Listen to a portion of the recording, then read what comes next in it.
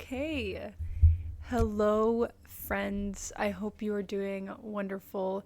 My name is Valeria, and I talk about difficult, controversial, taboo topics that people have a difficult time thinking about or digesting, or even giving themselves the permission to really hold that space and sit with those things. And one thing that's been on my mind recently has been the topic of self hate and why it's so important to leave that energy of self hate into a space of self love. And I think a lot of people want to be in that space, obviously, but they don't necessarily know how to get there or what to do or what steps to take to get there. And I myself have dealt a lot with self hate growing up. Up until my early 20s is when I really started to dissect why I was feeling this way about myself and what was going on and what was really stopping me from feeling abundant and feeling happy with myself and loving myself and just feeling that joy within me. It was so hard for me to understand where was it coming from? And the first step that I can kind of share that I took is that I began to really reflect on my childhood because being someone that loves psychology, that loves learning about the human psyche, the brain, human interaction, I learned that our inner voice and how we think about ourselves, how we view ourselves, comes from our caregivers. It comes from the people that raised us. It comes from the people that had the most impact on our lives growing up. And that's from the ages of 0 to about 7. That is when you get really locked into a thought process of how you think you are. Because the people we grow up with, those individuals are supposed to reflect back to us our self-esteem, who we are, our places in the world. And if you grew up in a dysfunctional family that whether they invalidated your experience, they invalidated your feelings, you felt like there was no one to cling onto when you were growing up, emotionally, you internalized all of that because you were learning how to be about in the world, in the environment, in your life. And when I think back to my own childhood, I really look at just how little validation I received from my caregivers growing up. I rarely felt validated for how I felt, for the things that I did. If anything, it was on the contrast. I was the child, but I was validating everybody else in my family. I was validating their feelings, their experiences. I myself was tiptoeing around situations and forgetting myself and invalidating my own experience because that was the only way I could survive. So I don't know if you relate to this, but I think a lot of people that had to be the parent, that had to be the adult when they were kids, we put on these masks. We put on these personas, and we adopted these thoughts about ourselves from the actions that others took, and we had to kind of soothe them. We learned that we're not worth it. We're not worth the time. We're not worth the energy. Who I am doesn't matter. I'm not beautiful. I'm not strong. I'm not smart. And I don't even like saying any of those things, but a lot of us think this way inside of our heads if you're really tuned into your inner dialogue, especially when you're having a hard time with something. So this inner dialogue gets conditioned into us and it gets wired into our into our neural pathways, and whenever we go about our lives now that we're an adult, our brain just right away goes into that thought process. It goes into that self-hatred, that those negative self-thoughts about who we are and what we're capable of. But one thing that I think is really empowering is to understand that those thoughts are not your authentic and true thoughts. Those were the thoughts that you created in order to survive and feel like you belonged in a family dynamic. The self-hate comes from the understanding that you have been putting on these masks your entire life. And whether it's been a people pleaser or being agreeable when you don't want to be, or doing things that you don't want to do and acting a certain way because that's the way you grew up and you thought that was the way I'm supposed to act. The self-hatred comes from the true inner self of you having a resistance to the masks and versions of yourself that are not authentic to who you really are. Because ultimately and truthfully and authentically, and really, none of us are unworthy or bad or need to be ashamed of anything. We all come into this life with an inherent worthiness, an inherent place to be here and to experience life. Like, your presence here is needed. And if you don't believe that, that's not really your fault. It's the byproduct of your environment and how you were brought up made you feel like you didn't belong here because it was so difficult and so invalidating for you to live the experience that you grew up in. And I think once you start understanding these thought processes and where they really come from, you don't have to like you don't have to feed into them anymore. When you have a like the self-hatred, or like I hate myself or I don't like myself, really ask yourself why and where is this thought process coming from? Was there a time when you were growing up, or an experience or an event that happened in your life where you internalized that you're wrong, your existence is wrong, what you're doing is wrong? But was it really wrong, or was the environment that you were in and the individuals you were around just projecting their own insecurities, their own pain, their own suffering onto you, and you internalize that because you didn't know what else to do? We are so susceptible to people's projections when we're growing up. And someone's, random like Tuesday when they were just having a bad day and you were around and they said something to you, like, they didn't think that was a problem. They didn't think that that was an issue. For them, it was a random day in years ago. But for you, that was the beginning of a deep wound that you internalized when a person wasn't aware of how they were interacting with you.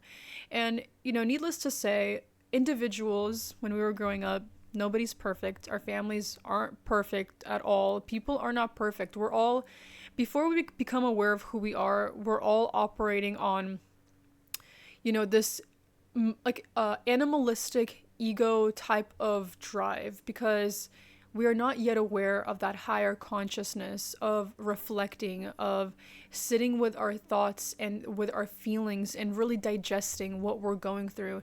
Instead, people, they took all of that out on you because they didn't even know that they were doing it.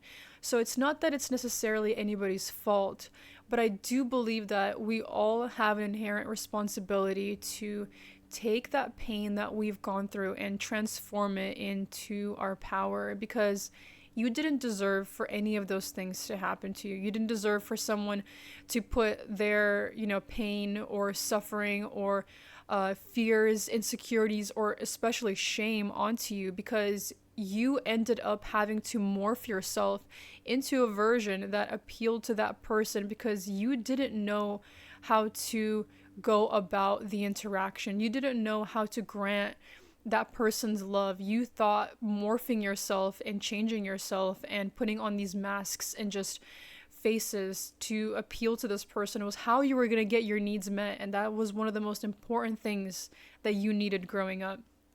Now that you're an adult and those people are no longer in your life, it is our responsibility to take everything we've gone through and sit with it and allow ourselves to also know that, it's okay that we didn't know better at the time. We were kids and we were helpless. And yeah, it fucking sucks that people weren't there to protect us and shelter us from those wrongdoings of others because they themselves weren't aware. So I think firstly it's realizing that it wasn't necessarily anybody's fault. While it could feel like they should have done something, but the reality of it is that they didn't. And the best thing we can do is see it for what it is and put that in the past, because now is the journey of your own self-healing, of your own self-love, and really digging deep into why you find that you hate yourself. Because a healthy and positive environment is not going to produce a child that grows up and hates themselves. There are so many adults out there in the world. I mean, I think it's a little bit rarer, but that go around and they have a great sense of identity, self-esteem. They don't think twice about what they say. They go about their lives and you see them and you're like, damn, they must have had a good upbringing. And most of the time, if that person didn't already go through all this healing, all the reflection, and they, are a healed version of themselves, most of the time that person grew up with people who were more aware of what they were doing, or maybe they were more healed versions. But if you got the unhealed version of the parents, of the caretakers, you most likely feel like there's something wrong with you, because that's what those individuals made you feel like, because that's what the unhealed version of them felt like. And now is the time to really love on yourself, because this life is already so damn confusing, right? We come in, we don't know anything, and we're just learning. And the family we get is the family we get, and we're gonna do our best with what we've got. But the last thing you want to add into your life that you don't like, that we don't already have a lot of time with, like time passes by so quickly, right? Is to add on in there that you don't like who you are, or that you hate yourself, or you talk down on yourself, or you belittle yourself. There's no better time than now to really dissect where those come from, because I promise you, the real authentic soul version of you loves yourself. You are proud of yourself for how far you've come with doing the best that you can with what you have. You appreciate your skills and talents, even if right now you don't really recognize them. You stand in your own power, and you know what you stand for, and you know what you stand against. You know who you stand up for. You know your own moral compass and your own integrity and what it means to be you. But it's under all of these layers of who we think we are that we need to let go, because we cling so tightly to thinking like we are bad or something's wrong with us or we need to be ashamed about this. But in reality, you could truly be any version of yourself that you want. Like, you are free to create the version of you, the who you want to be at any given moment in time. And if you feel like there is something about you that you don't like, just let that go and work on really cultivating the patterns and the repeated action and thought and the affirmation of, that's not who I want to be. I want to be like this. If I want to be this version of me, how does that person act? How do they think? Because we think it's inauthentic to, pretend to be someone else. But if you want to be a version of yourself, you are more than capable of being that version. You just have to get through the roadblocks of what you think you need to act like, because none of us are held by anything to be what we actually want to be. Like, right now, you are constantly, like, you think you're set in who you are, but you are constantly changing. You're transforming. You're thinking different things. You're acting different ways. Like, even you don't know who you're gonna be in the next moment, over and over and over. Now that you're watching this too, like, the different thoughts that can come into your mind and transform the way you think about yourself and the world.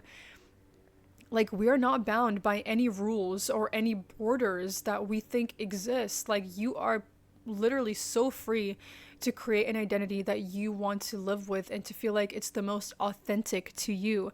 So don't think that who you are is set in stone, because none of us are. You are constantly evolving and constantly changing. And I think the most beautiful part about transforming that self-hate dialogue is that not only are you healing yourself, but you are most likely healing the generations that have come before you. Because if this is a pattern that's been prolonged, I don't doubt that your parents or your caregivers also have that negative self-talk or that shame or that fear. But for you to transform it is for you to transform the DNA of the people before you and the people after you, and to not write that same story over and over. We are the writers of who we want to be, not the people that raised us and not the people around us. It's you. You have all the power. Just remember that you are a very powerful, amazing, strong being. And you can do really anything that you put your mind to as long as you believe that you can. So stop giving your power away and feeling like a victim, because that's not the case. You have all the strength, all this power, and all the ability to become any version of you that you want. And I know you can.